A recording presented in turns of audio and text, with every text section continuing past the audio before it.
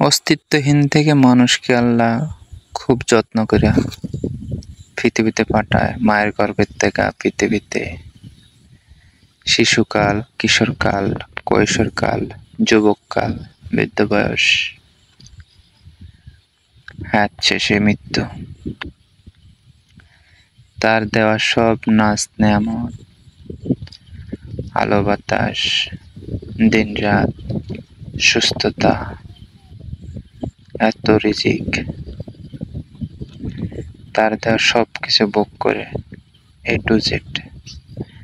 অথচ আমরা একটা মানুষ যদি মেডিকেলে যেয়ে পড়ে থাকি, 2 দিন অক্সিজেনের বিল যে কত টাকা আসে রোগী জানে, ডাক্তার জানে। অথচ আমরা এত অক্সিজেন ব্যবহার করি, কখন আল্লাহ অক্সিজেন বন্ধ করে দেয়নি। সে আল্লাহর সাথে আমরা মানুষ নাফরমানি করি। আমি তো তারই সৃষ্টি, মানুষ রূপে নাফরমান। আমি না হয় কাউকে 2 দিন কেয়ারিং করেছি, একটু ভালোবেসেছি, মানুষ কেন আমার সাথে ছলনা করবে না?